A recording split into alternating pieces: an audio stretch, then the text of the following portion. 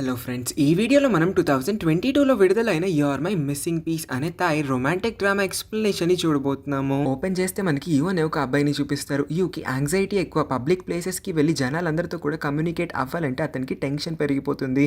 అంతకు మించి అతనికి ఓసిడి కూడా ఉంది. బ్యాగ్ లో శానిటైజర్స్ అన్ని కూడా చాలా పెట్టుకుని ఉంటాడు. యు ఈ పరిస్థితి నుంచి ఎంత తొందరగా అయితే అంత తొందరగా బయటపడాలనుకుంటాడు. అందుకే ఒక డాక్టర్ అపాయింట్మెంట్ ని కూడా తీసుకొని ఈ లేడీ డాక్టర్ దగ్గరికి అయితే వచ్చేస్తాడు. ఈమె లేడీని అమ్మాయి చూడడానికి అబ్బాయిలాగా అనిపించింది నాకు కూడా ఫస్ట్ టైం చూసినప్పుడు. ఇక్కడే యు అతనికి ఇంత యాంగ్జైటీ ఇంకా ఓసిడి లాంటి జబ్బులన్నీ కూడా ఎందుకు వచ్చినాయి అన్న ఫ్లాష్ బ్యాక్ స్టోరీని అయితే చెప్తాడు. ఆ రోజు పొద్దున్నే అతను ఆఫీస్కి వెళ్ళడానికి బాగా లేట్ అయిపోతుందని తొందరగా అయితే రెడీ అయ్యి స్కూటీ మీద వచ్చేస్తాడు. పొరపాటున డాగ్ పూప్ మీద అయితే కాలేస్తాడు. పక్క టైం అయిపోతుంది కాబట్టి పరిగెత్తుకుంటూ యు అయితే బోర్డ్ మీటింగ్ రూమ్ లోపలికి వచ్చేస్తాడు. రూమ్ లో ఉన్న వాళ్ళందరికీ కూడా ఇది చాలా డిస్కస్టింగ్ అనిపిస్తుంది. యుని వెంటనే వాష్రూమ్ కి వెళ్ళి అతని షూని క్లీన్ చేసుకుని రమ్మని అంటారు. యుకి ఈ ఇన్సిడెంట్ తర్వాత పరువు పోయినట్టుగా అనిపిస్తుంది. అతను ఇంకా ఆఫీస్కి వెళ్ళడం కూడా మానేసి ఉంటాడు.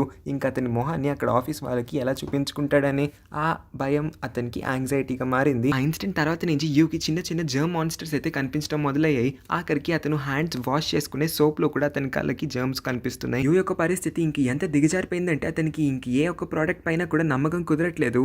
అందుకే ఏ సోప్ ని కూడా అతను నమ్మకుండా అతని ఓన్ సోప్ బ్రాండ్ ని అతను క్రియేట్ చేసుకున్నాడు. ప్రతిరోజు కూడా అతను క్రియేట్ చేసుకున్న ఈ సోప్ బ్రాండ్ తోనే హ్యాండ్ వాష్ చేసుకుంటాడు. డాక్టర్ యు యొక్క కండిషన్ ని అబ్సెసివ్ కంపల్సివ్ డిసార్డర్ అని స్టేట్ చేస్తుంది. అంటే ఓసిడి ఫుల్ ఫామ్ అయితే చెప్పుంటుంది. యూకి కూడా తెలుసు తనకి ఓసిడి ఉందని. కానీ ఓసిడిని తగ్గించడానికి డాక్టర్ అయితే ఇప్పుడు కొన్ని మెడిసిన్స్ ని ప్రిస్క్రైబ్ చేసి ఉంటుంది.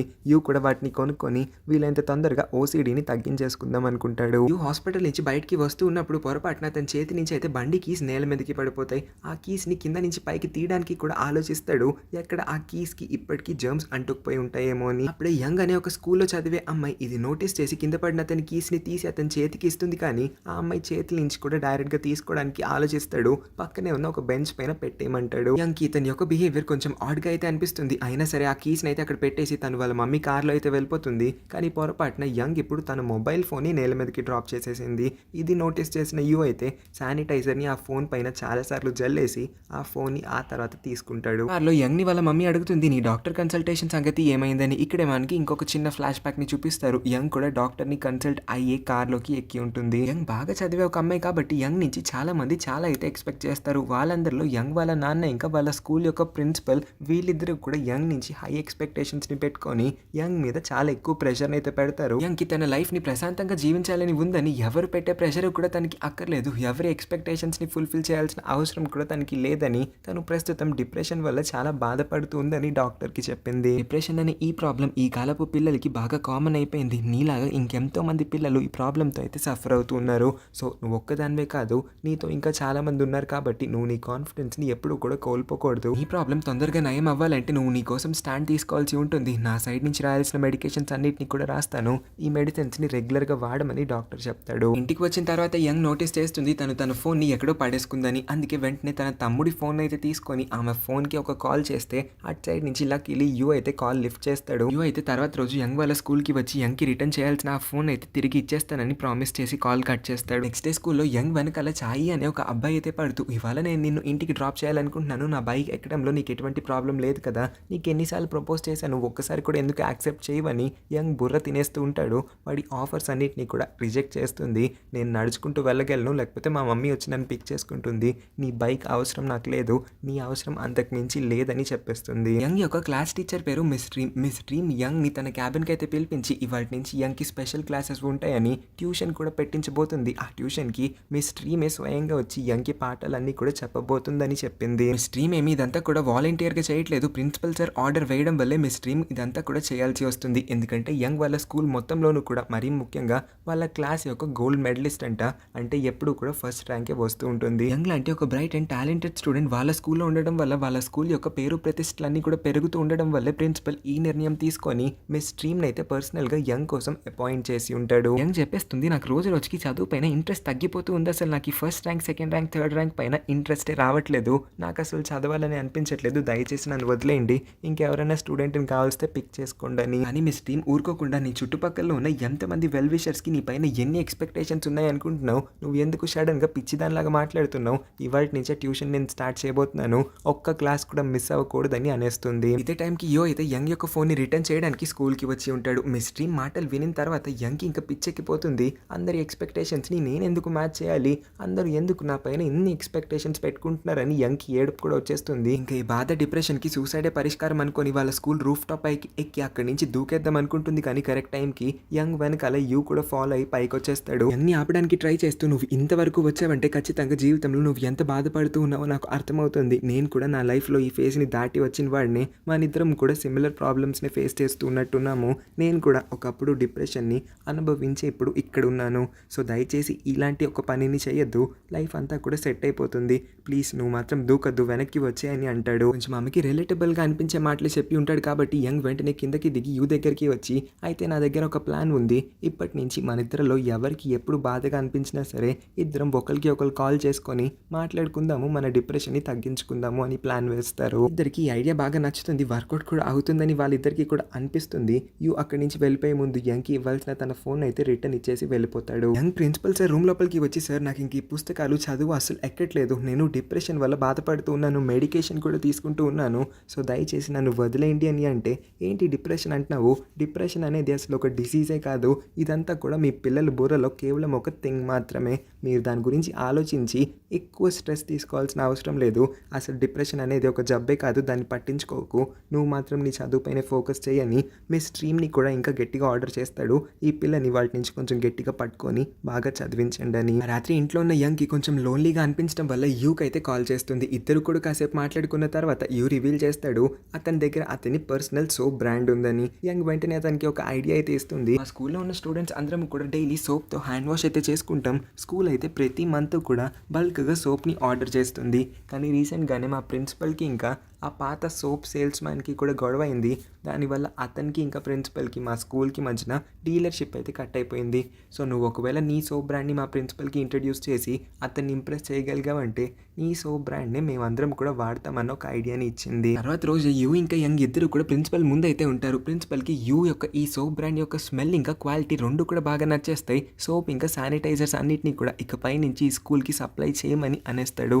ఇంకా యూ ఇంత చిన్న వయసులోనే బిజినెస్ మైండ్తో ఉన్నాడంటే ఇతనిలో చాలా టాలెంట్ ఉందని ప్రిన్సిపల్ నోటీస్ చేసి ఉంటాడు. అందుకే వాళ్ళ స్కూల్లో గెస్ట్ లెక్చరర్ జాబ్ని కూడా ఇచ్చేస్తాడు యూకి. తర్వాత రోజు యూ మంచిగా రెడీ అయ్యి తన ఫస్ట్ లెక్చర్ కోసం చాలా సంతోషంగా స్కూల్కి వస్తాడు. యూ యంగ్కి థ్యాంక్స్ చెప్తాడు, ఎందుకంటే యంగే కదా యూని ప్రిన్సిపల్కి ఇంట్రడ్యూస్ చేసి ఉంటుంది. అందుకే ఒక థ్యాంక్ యూ గిఫ్ట్ లాగా యూ ఇవాళ యంగ్ని ఒక డేట్కి తీసుకుని వెళ్దాం అనుకుంటాడు.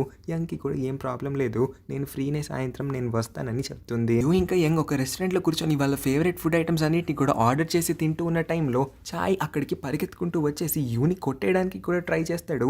నా గర్ల్ ఫ్రెండ్ని బయటికి తీసుకురావడానికి నీకు ఎంత ధైర్యం అని. యంగ్ వెంటనే ఉంచని వాడిని పక్కకి నెట్టేస్తుంది.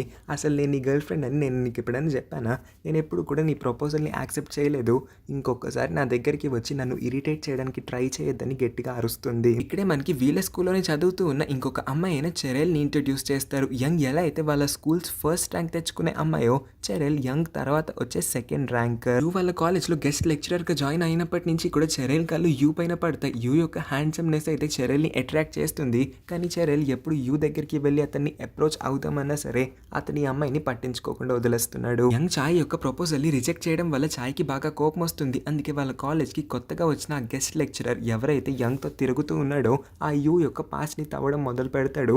అతనికి యూ గురించిన అన్ని డీటెయిల్స్ కూడా తెలిసిపోతాయి. వెంటనే తర్వాత రోజు ప్రిన్సిపల్కి అన్ని డీటెయిల్స్ని చెప్పేసి యూకి ఆబ్సెసివ్ కంపల్సివ్ డిజార్డర్ ఉంది, ఓసిడి అనే ఒక టీచర్ని ఎలా మీరు అసలు మన స్కూల్లోకి హైర్ చేసుకోగలిగారు అన్నప్పుడు నీకు ఈ విషయాలన్నీ కూడా ఎలా తెలుసు, నువ్వు చెప్తున్నవన్నీ కూడా నిజమని నేనెందుకు నమ్మాలని ప్రిన్సిపల్ అంటాడు.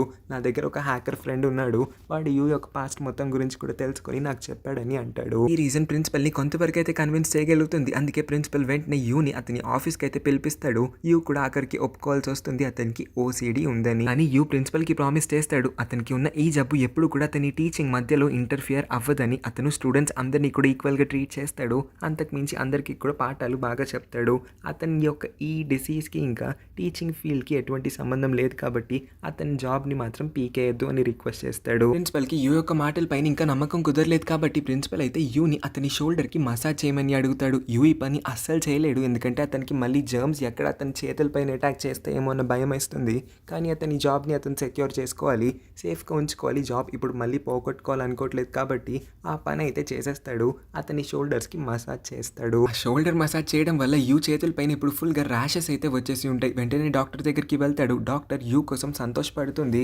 ఎందుకంటే యూ జనాలందరితో కూడా సోషలైజ్ అవ్వడానికి ట్రై చేస్తూ ఉన్నాడు కాబట్టి యూ యొక్క కండిషన్ని ఇంకొంచెం బెటర్ అయ్యేలా చేయడానికి బయట హాస్పిటల్లో కూర్చున్న ఒక ముసలమ్మకి ఒక పెన్ అయితే ఇచ్చి ఆవిడ చేతిలో నుంచి ఆ పెన్ అయితే తీసుకోమంటుంది. యూ ఆ పని చేయలేకపోతాడు. అయినా సరే డాక్టర్ ఇస్తూ ఉన్న ఆ కంటిన్యూస్ ఎంకరేజ్మెంట్ వల్ల యూ ఈ టాస్క్ని కంప్లీట్ చేయగలుగుతాడు. ఈ టాస్క్ని కంప్లీట్ చేసిన తర్వాత నుంచి యూలో కొంచెం కాన్ఫిడెన్స్ అయితే వస్తుంది. అందుకే పబ్లిక్ ట్రాన్స్పోర్టేషన్ ఎక్కగలుగుతాడు. జనాలతో నిండిన బస్ని ఎక్కుతాడు. బస్ని స్టాప్ చేయడానికి నొక్కాల్సిన బటన్ని కూడా కొంచెం ఆలోచించినా సరే చివరికి నొక్కేస్తాడు. కానీ ఎంతోసేపు పట్టదు అతని డ్రామా మళ్ళీ తిరిగి వచ్చేయడానికి. ఎందుకంటే పొరపాటున ఒకరోజు అతని చేతిలో నుంచి ఫోన్ అయితే డ్రైనేజ్ లోపలికి పడిపోతుంది. ఆ ఫోన్ని తీసిన తర్వాత యూకి మళ్ళీ ఆ జర్మ్ మాన్స్టర్స్ అయితే కనిపించేస్తాయి. యూ చాలా భయపడతాడు. యూ ఇంకా యంగ్ ఇద్దరు కూడా స్కూల్లో మాట్లాడుతూ ఉన్న టైంలో చెరెల్ వీళ్ళిద్దరిని కూడా నోటీస్ చేస్తుంది. చెరెల్ చాలా జెలస్గా ఫీల్ అవుతుంది. ఎందుకంటే ఈ పాటికి చెరెల్ యూని ఇష్టపడుతుంది కాబట్టి. చెరెల్ వెంటనే మిస్ డ్రీమ్ దగ్గరికి వెళ్ళిపోయి రోజు రోజుకి యంగ్ యొక్క ఫోకస్ ఇంకా కాన్సన్ట్రేషన్ తగ్గుతుంది అనుకుంటా ఆ స్కాలర్షిప్ని అచీవ్ చేయడానికి యంగ్ దూరంగా వెళ్ళిపోతూ ఉన్నట్టుంది. మీరు కొంచెం యంగ్ పైన ఇంకా బాగా కాన్సన్ట్రేట్ చేస్తే బెటర్ అని సజెస్ట్ చేస్తుంది. చెరెల్ కూడా వాళ్ళ స్కూల్ యొక్క సెకండ్ టాపరే కాబట్టి మిస్ డ్రీమ్ ఈ అమ్మాయి ఇచ్చిన సజెషన్ని కూడా కన్సిడర్ చేస్తుంది. క్లాస్లో ఉన్న స్టూడెంట్స్ అందరి యొక్క సెల్ ఫోన్స్ అన్నిటిని కూడా ఒక డబ్బా లోపల కలెక్ట్ చేసి సాయంత్రం ఇంటికి వెళ్ళేటప్పుడు ఈ ఫోన్స్ అన్నిటిని కూడా రిటర్న్ తీసుకోండి. ఎవరు కూడా క్లాస్లో ఫోన్ వాడడానికి ఇంకా లేదని చెప్పేస్తుంది. యూ స్కూల్లో పని చేసుకుంటూ ఉన్నప్పుడు ప్రీవియస్ సోప్ డీలర్ అయితే యూ దగ్గరికి వచ్చి నా బిజినెస్ పైన ఖర్చు వేసింది నువ్వే కదా, ఇప్పుడు నీ వల్ల నా కంపెనీకి చాలా లాసెస్ అయితే వస్తూ ఉన్నాయని యూ పైన అరవడం మొదలు పెడతాడు. యూ ఈ సిచ్యువేషన్ని బ్రేవ్గా హ్యాండిల్ చేసి వాడిని అక్కడి నుంచి పంపించేస్తాడు. యూ యంగ్తో మాట్లాడడానికి యంగ్ ఫోన్కి ఒక మెసేజ్ అయితే పెడతాడు. కానీ ఈ మెసేజ్ అయితే మిస్ డ్రీమ్ చూసేస్తుంది. వీళ్ళిద్దరూ ప్రేమించుకుంటున్నారేమో అనుకున్న మిస్ డ్రీమ్ అయితే వెంటనే యంగ్ వాళ్ళ ఇంటికి వచ్చేసి వాళ్ళ పేరెంట్స్కి యంగ్ ప్రేమలో పడింది. ఈ మధ్య చదువు పైన అసలు ఫోకస్ చేయట్లేదు, బాగా డిస్ట్రాక్ట్ అవుతూ ఉన్నట్టుంది, మీరే కొంచెం గుణపాఠం నేర్పించాలనుకుంటా అని చెప్పి అయితే వాళ్ళ పేరెంట్స్ని రెచ్చగొట్టి అక్కడి నుంచి వెళ్ళిపోతుంది. ఇంకా యంగ్ ఇంటికి రాగానే వాళ్ళ నాన్న యంగ్ని బాగా తిడతాడు. ఏంటి డిస్ట్రాక్షన్స్ అన్ని మూసుకొని నువ్వు చదువు అయ్యేంత వరకు కూడా నీ బుక్స్ పైన మాత్రమే ఫోకస్ చేయాలి, అబ్బాయిల పైన కాదని తిడతాడు. సాయి ఉన్నాడు కదా ముందు ప్రిన్సిపల్కి యూ గురించి కంప్లైంట్ చేసి స్కూల్ నుంచి పీకించేద్దాం అనుకున్నాడు. కానీ ఆ ప్లాన్ ఫ్లాప్ అవడం వల్ల నెక్స్ట్ ప్లాన్ని ఇంప్లిమెంట్ చేస్తాడు. ఇవాళ పొద్దున్నే యూ క్లాస్కి వచ్చి అతని చైర్ పైన కూర్చుందాం అనుకుంటే చైర్ సీట్ పైన అయితే డాగ్ పూప్ కనిపిస్తుంది. సాయిని పని చేసి ఉంటాడు. అది చూడంగానే అతని ట్రామా మొత్తము గుర్తొచ్చేస్తుంది. ఇనీషియల్గా డాగ్ పూప్ వల్లే కదా అతనికి ఓసీడీ స్టార్ట్ అయింది. అందుకే దెబ్బకి కళ్ళు తిరిగి పడిపోతాడు. యూనైతే హాస్పిటల్లో అడ్మిట్ చేస్తారు. యంగ్ వెంటనే చాయ్ని ప్రిన్సిపల్ రూమ్కి ఈడ్చుకొని వచ్చి ఇదిగోండి వీడు చేసిన ఈ చెత్త పని వల్లే యూ ఇవాళ హాస్పిటల్లో అడ్మిట్ అవ్వాల్సి వచ్చిందని తిడుతుంది. కానీ ప్రిన్సిపల్ అన్ని విషయాల గురించి క్లియర్గా డీటెయిల్గా తెలుసుకున్న తర్వాతే ఎవరిని పనిష్ చేయాలో నిర్ణయిస్తా అని అంటాడు. హాస్పిటల్లో మెలకు వచ్చిన తర్వాత యూ యంగ్కి మెసేజ్ పెడతాడు. నేను ఇప్పుడు బాగానే ఉన్నాను, పరిస్థితి సెట్ అయ్యింది అని చెప్పి. యంగ్ ఈ మెసేజ్ చూసిన తర్వాత కొంచెం రిలీఫ్గా ఫీల్ అవుతుంది. కానీ మిస్ టీమ్ ఇంకొక పక్క నుంచి యంగ్ని కేవలం పుస్తకాలపైన మాత్రమే ఫోకస్ పెట్టమని ఆర్డర్ వేసి ఉంటుంది. ప్రేమ దోమ అని అసలు డిస్ట్రాక్షన్స్ ఉండకూడదని కూడా చెప్పింది. యంగ్ వాళ్ళ నాన్నకి చెప్పేస్తుంది, నాన్న నేను ఇంక ఈ స్కాలర్షిప్ ఎగ్జామ్ కోసం చదవాలనుకోవట్లేదు, ఎలాగో ఫస్ట్ ర్యాంక్ వస్తుంది కదా అది సరిపోవట్లేదని అన్న మీకు ఇంకెందుకు ఈ స్కాలర్షిప్ ఎగ్జామ్ నా వల్ల కావట్లేదు, ఇంత చదవాలని నాకు అనిపించట్లేదు కూడా అని అంటే ఇంకొకసారి ఇలా మాట్లాడావంటే నువ్వు ఇష్టపడుతున్నట్టున్నావు కదా ఆ యూని, వాడిని ముందు చంపేస్తానని నీ నోటి నుంచి ఇంకొకసారి కూడా చదవనోనే మాట నా చెవులకి వినిపించకూడదు, లేకపోతే యూ ప్రాణాల్ని నువ్వే ప్రమాదంలో పెట్టిన దాని అవుతావని బ్లాక్మెయిల్ అయితే చేస్తాడు. యంగ్ తన డాక్టర్ని కలుస్తుంది. డాక్టర్ కూడా యంగ్ చేస్తున్న పనులన్నిటికీ కూడా వెరీ గుడ్ అని అంటాడు. ఎందుకంటే రీసెంట్గా తను అందరికీ కూడా ధైర్యంగా సమాధానం చెప్పగలుగుతుంది నేను చదవలేకపోతూ ఉన్నాను అని. అయినా సరే ఎవరు వినిపించుకోవట్లేదు. నేను ఒక స్పెషల్ పర్సన్తో ఉన్నప్పుడు చాలా హ్యాపీగా ఉంటున్నాను, అతన్ని రైట్ నౌ నేనైతే చాలా మిస్ అవుతున్నాను, కొన్ని పరిస్థితుల వల్ల నేను అతను కలవలేకపోతున్నామని డాక్టర్కి చెప్పింది. డాక్టర్ కూడా యంగ్ ఎవరినో ఇష్టపడుతుందేమో అని అర్థం చేసుకొని మీ ఇద్దరిని కలిపే బాధ్యత నాది అని ఆ రెస్పాన్సిబిలిటీని అయితే అతను తీసుకుంటాడు. ఎంతైనా యంగ్ అతని పేషెంట్ కాబట్టి. ఇంటి డోర్ బెల్ అయితే మోగుతుంది. ఎవరు వచ్చారబ్బా అని బయట చూస్తే యంగ్ వాళ్ళ మమ్మీనే వచ్చి ఉంటుంది. యంగ్ వాళ్ళ మమ్మీని ఇక్కడికి పంపించింది ఆ యంగ్ యొక్క పర్సనల్ డాక్టరే అయి ఉంటాడు. మరి యంగ్ చెప్పింది కదా ఆమె లోన్లీగా ఫీల్ అవుతుంది, స్పెషల్ పర్సన్ని చాలా ఎక్కువగా మిస్ అవుతూ ఉందని. యంగ్ని అందరికన్నా ఎక్కువ అర్థం చేసుకోగలిగేది వాళ్ళ మమ్మీనే. యంగ్కి కూడా వాళ్ళ మమ్మీ అంటే చాలా ఇష్టం కాబట్టి యంగ్ వాళ్ళ మమ్మీ ఇప్పుడు స్ట్రైట్గా యూ దగ్గరికి వచ్చి నా కూతురు చాలా ఒంటరిగా ఫీల్ అవుతూ ఉన్నట్టుంది, తను నిన్ను చాలా ఇష్టపడుతూ ఉన్నట్టుంది కూడా, కానీ మీ ఇద్దరు లవ్ అప్పుడే చేసుకోవడానికి నేను కూడా పర్మిషన్ ఇవ్వను, ప్రస్తుతం అయితే మీ ఇద్దరు మంచి ఫ్రెండ్స్ లాగా ఉండండి అని మాత్రమే చెప్పగలుగుతాను. యంగ్ పైన అందరూ కూడా చాలా ఎక్కువ ప్రెషర్ పెడుతూ ఉన్నారు. మరి ముఖ్యంగా యంగ్ వాళ్ళ నాన్న ప్రతిరోజు దాన్ని తిడుతూనే ఉంటారని యంగ్ యొక్క బాధలు అన్నిటి గురించి కూడా యూకి చెప్తుంది. సడన్ గా యంగ్ వాళ్ళ మమ్మీకి కాల్ చేసి అమ్మ ఇంకా నా వల్ల కావట్లేదమ్మా, నాకు ఇంకా ఓర్పు మొత్తం కూడా నశించిపోయింది, నాకు ఇప్పుడు ఏం చేయాలో కూడా అర్థం కావట్లేదని ఏడుస్తూ చెప్తుంది. మమ్మీ చాలా టెన్షన్ పడిపోతుంది. నిదానంగా యంగ్ని అడుగుతుంది, నువ్వు ఇప్పుడు ప్రెసెంట్ ఎక్కడున్నావో చెప్ప చెప్పమ్మా నేను నీ దగ్గరికి వస్తాను అని. యంగ్ అయితే తను స్కూల్లో ఉందని అంటుంది.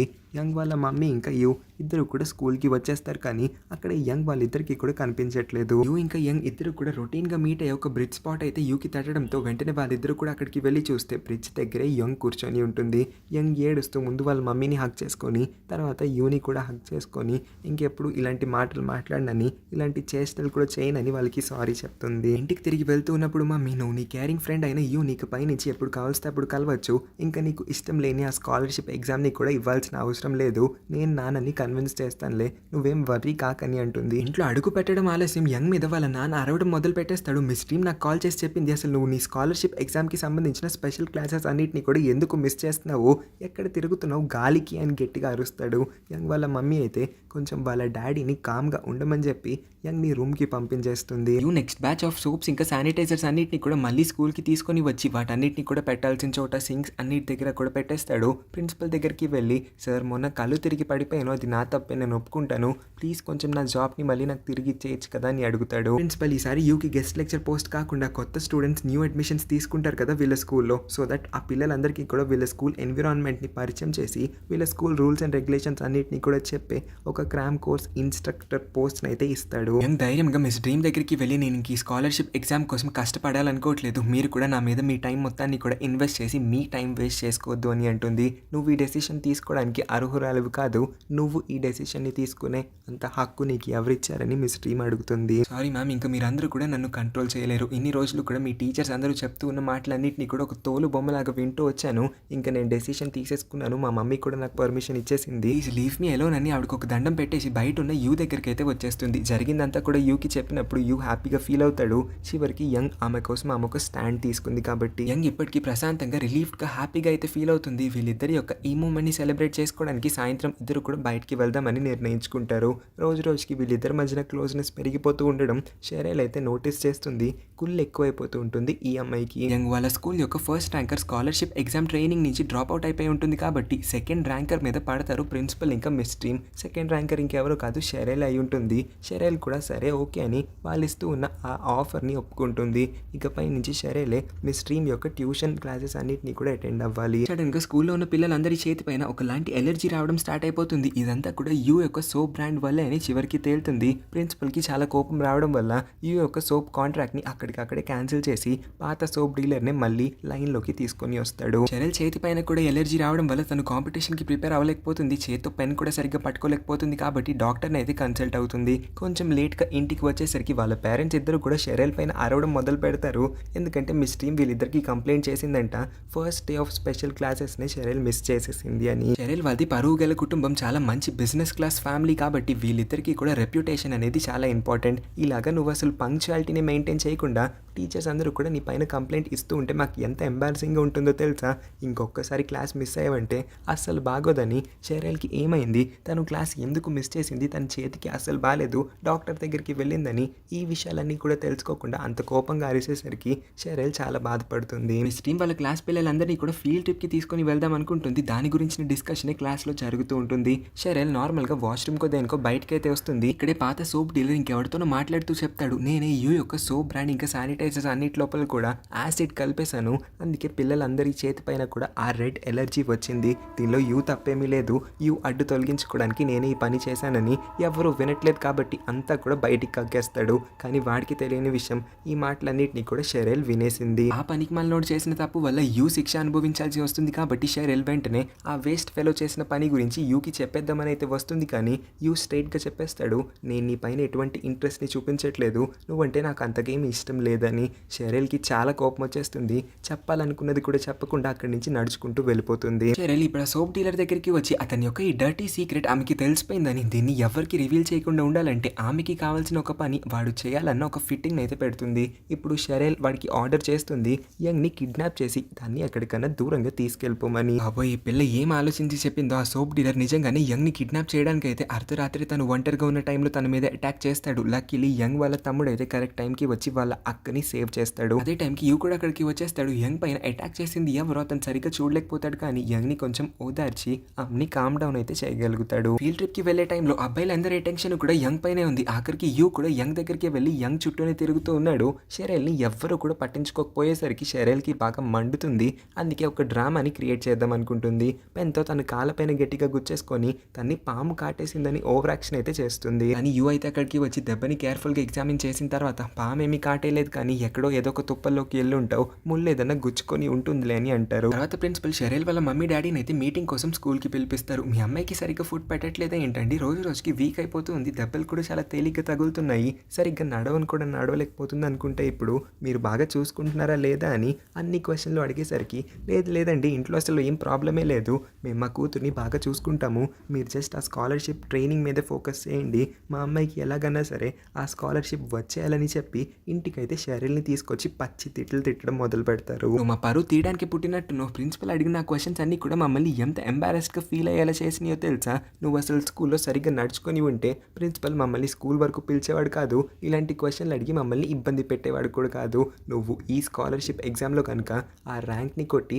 గోల్డ్ మెడల్ సంపాదించలేకపోయావంటే నీ కాళ్ళు ఇరుగుతాయని చాలా గట్టిగా అయితే ఇద్దరు కూడా వార్నింగ్ ఇచ్చేస్తారు. సో ఒకప్పుడు యంగ్ ని ఏ ఎక్స్పెక్టేషన్స్ ఇంకా ప్రెషర్ అయితే అంత బాధ పెట్టిందో, ఇప్పుడు షెరెల్ జీవితంలో కూడా ఆ ప్రెషర్ అనే ఎలిమెంట్ యాడ్ అయిపోతుంది. తను ఈ ప్రెషర్ని అస్సలు తట్టుకోలేకపోతుంది. మరీ ముఖ్యంగా వాళ్ళ పేరెంట్స్ అయితే తనతో చాలా రూడ్గా బిహేవ్ చేస్తూ ఉన్నారు. యంగ్ యొక్క కండిషన్ కొంచెం బెటర్ అవుతూ ఉండడం వల్ల డాక్టర్ కూడా హ్యాపీగా ఫీల్ అవుతాడు. యంగ్ తన డాక్టర్ని ఓసిడి పర్సన్ని ఎలా కొంచెం ట్రీట్ చేయాలో మాకు కొన్ని టిప్స్ ఇవ్వండి డాక్టర్ అని అడిగినప్పుడు డాక్టర్ ఎంత వీలైతే అంత నువ్వు అతని బయటికి తిప్పు, రకరకాల ప్లేసెస్కి తీసుకొని వెళ్ళు అని అంటాడు. యంగ్ కూడా యూని ఆ రోజు అంతా డిఫరెంట్ ప్లేసెస్ అన్నిటికీ కూడా తీసుకుని వెళ్తుంది. పబ్లిక్ ట్రాన్స్పోర్టే యూస్ చేస్తారు. రెస్టారెంట్కి కూడా వచ్చి తింటూ ఉంటారు. తింటూ ఉన్నప్పుడు సడన్గా యంగ్కి షెరెల్ వాళ్ళ పేరెంట్స్ అయితే కాల్ చేస్తారు. అదేంటి వీళ్ళు నాకెందుకు కాల్ చేస్తున్నారని వాళ్ళని కలవడానికి అయితే వచ్చేస్తుంది. యంగ్ అయితే షెరెల్ గురించి మాట్లాడుతూ షెరెల్ కూడా నాకన్నా బాగానే చదువుతుంది, కానీ సెకండ్ పొజిషన్లో ఉంటుంది ఎప్పుడు అయినా సరే, తను రీసెంట్గా చాలా అప్సెట్ అయినట్టుగానే నాకు ఎక్కువ కనిపిస్తూ ఉంది, నాతో కూడా సరిగ్గా మాట్లాడలేదు, మీరు మీ కూతురు పైన పెట్టాల్సిన ఫోకస్ని పెట్టట్లేదు అనుకుంటా, ఎప్పుడు చూడండి ఆఫీస్ బిజినెస్ అని మీరు ఎప్పుడు కూడా అక్కడే తిరుగుతూ ఉంటారు, ఇంట్లో మీ కూతురు ఉందన్న విషయాన్ని మర్చిపోయి కూతురికి పంచాల్సిన ప్రేమని కూడా పంచకపోవడం వల్ల మీ కూతురు కూడా నాలాగే డిప్రెషన్లోకి వెళ్తుందేమో, చూసుకోండి అంకుల్ ఆంటీ అనగానే ఆ అంకుల్ ఆంటీకి కోపం వస్తుంది. ఈ అమ్మాయి మాటలేమి వినిపించుకోకుండా అక్కడి నుంచి చిరాగ్గా వెళ్ళిపోతారు. షెరెల్ మళ్ళీ యూ దగ్గరికి వచ్చి నా గురించి ఆలోచించేందుకు చాలా థ్యాంక్స్ అని ఏం మాట్లాడుతుందో పిచ్చిదానిలాగా వాగుతుంది. అసలు నేను నీ గురించి ఎప్పుడు ఆలోచించాను, నువ్వు ఎందుకు పదే నన్ను అప్రోచ్ అవడానికి ట్రై చేస్తావు, నాకు నువ్వంటే ఇష్టం లేదు, దయచేసి మళ్ళీ నా దగ్గరికి రావడానికి కూడా ట్రై చేయొద్దని అంటాడు. అసలు నాలో లోపం ఏముంది, నన్ను ఎవరు కూడా ఎందుకు ఇష్టపడట్లేదు, మా మమ్మీ డాడీ ఏమో నా వైపు కూడా చూడట్లేదు, నాకు పంచాల్సిన ప్రేమని అస్సలు పంచలేకపోతున్నారు, నేనేమో నీ వెనకాల తిరుగుతూ ఉంటే నువ్వు కూడా నన్ను సైడ్ చేస్తూ ఉన్నావు, నన్ను అసలు ఇష్టపడట్లేదని మొహం మీదే చెప్పి నన్ను పదే హర్ట్ చేస్తూ ఉన్నావని బాధపడుతుంది. బాధలో ఉన్న చర్యల దగ్గరికి ఆ సోప్ డీలర్ అయితే వచ్చి గొడవ పెట్టుకుంటాడు. వీళ్ళిద్దరి మధ్యన గొడవ కొంచెం పెద్దదవుతుంది. ఇద్దరు కూడా వాళ్ళ సీక్రెట్స్ ని ఎక్స్పోజ్ చేసేస్తామని ఒకరు బ్లాక్మెయిల్ చేస్తారు. అంటే వాడేమో యూ యొక్క ప్రొడక్ట్స్ లో యాసిడ్ కలిపాడని, ఈ పెళ్ళేమో యంగ్ ని కిడ్నాప్ చేయమని వాడికి ఆర్డర్ చేసి ఉంటుంది కదా.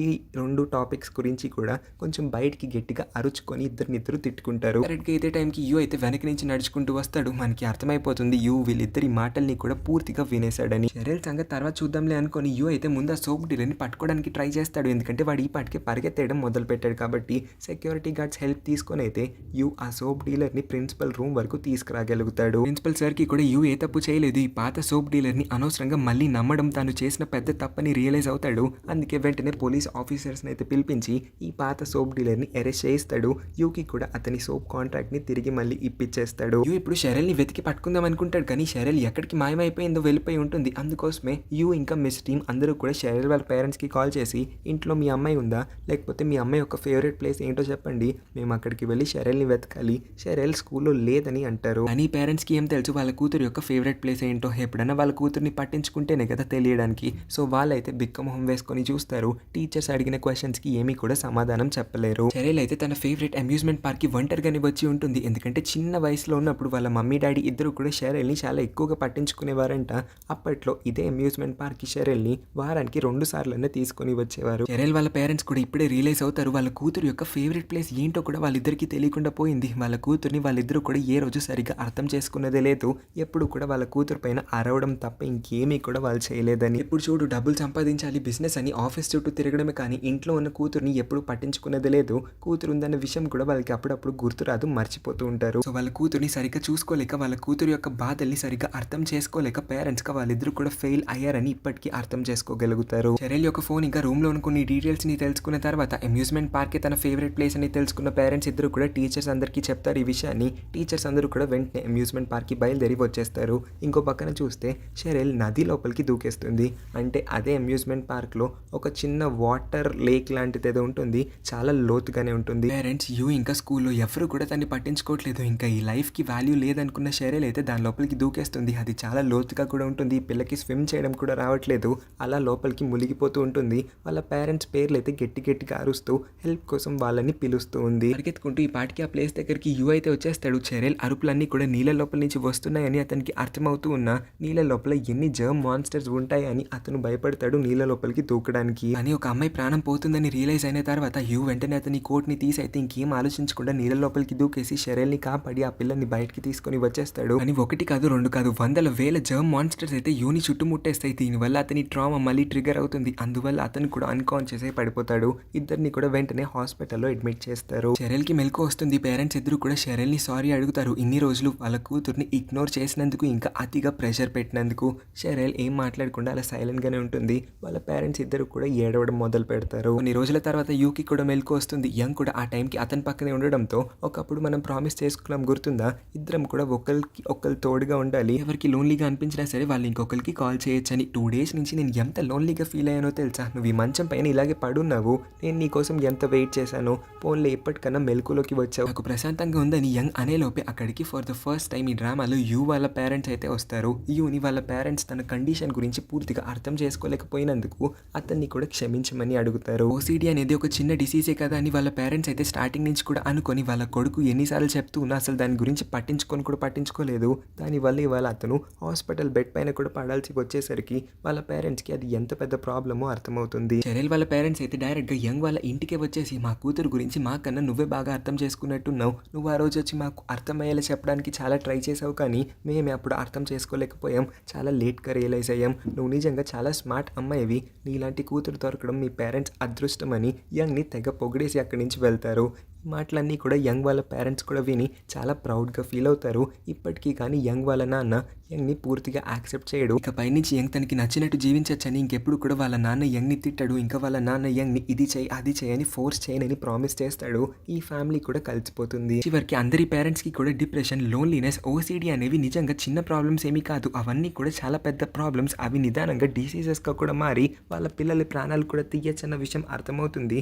అందుకే పిల్లల్ని రెగ్యులర్గా మెడికల్ చెకప్స్కి కూడా పంపిద్దామని నిర్ణయించుకుంటారు. ప్రిన్సిపల్ సార్ కూడా అనౌన్స్ చేస్తాడు ఇక పై నుంచి వాళ్ళ స్కూల్లోనే మెడికల్ క్యాంప్స్ అన్నింటినీ కూడా పెట్టించబోతున్నాడని. స్టూడెంట్స్ అందరి యొక్క ఫిజికల్ ఇంకా మెంటల్ హెల్త్ పైన కూడా ఎక్కువ కాన్సన్ట్రేట్ చేయాలనుకుంటున్నారు. ఇక పై నుంచి more than text book knowledge ఇంకా పిల్లలందరి మధ్యన కాంపిటీషన్ని పెట్టి వాళ్ళలో వాళ్ళని కొట్టుకునేలా చేయడం కన్నా. స్టార్టింగ్ లో మనం చూసిన ఛాయ్ అనే అబ్బాయి అయితే షెరిల్కి ప్రపోజ్ చేస్తాడు. షెరిల్ కూడా ఇప్పుడు అమ్మయ్య నాకు కూడా ఒకటి దొరికాడులేని హ్యాపీగా అయితే ఫీల్ అవుతుంది.